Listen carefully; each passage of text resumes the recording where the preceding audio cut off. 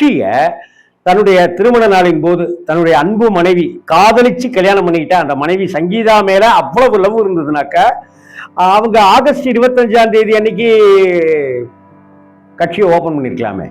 2024 பிப்ரவரி மாசம் 2ஆம் தேதி அன்னைக்கு இந்த வைபவத்தை நடத்துறாரு, துவக்க விழாவை நடத்துறாரு நம்ம தளபதி தலைவர் தாவேகா தலைவர் விஜய் அண்ணாச்சி. சரி, முதல் மாநில மாநாடு எப்ப நடந்துச்சு அப்படின்னு பார்த்தாக்க அதே 2024 வருஷத்துல அக்டோபர் மாசம் 27ஆம் தேதி நடத்துறாரு. ஏங்க, இதையாவது ஆகஸ்ட் 25ஆம் தேதி நடத்தி தன்னுடைய காதல் மனைவிக்கு கட்டிய தாஜ்மஹால் மாதிரி அந்த மாநாட்டை சிறப்புற செஞ்சிருக்கலாம்ல, அதையும் விஜய் செய்யல.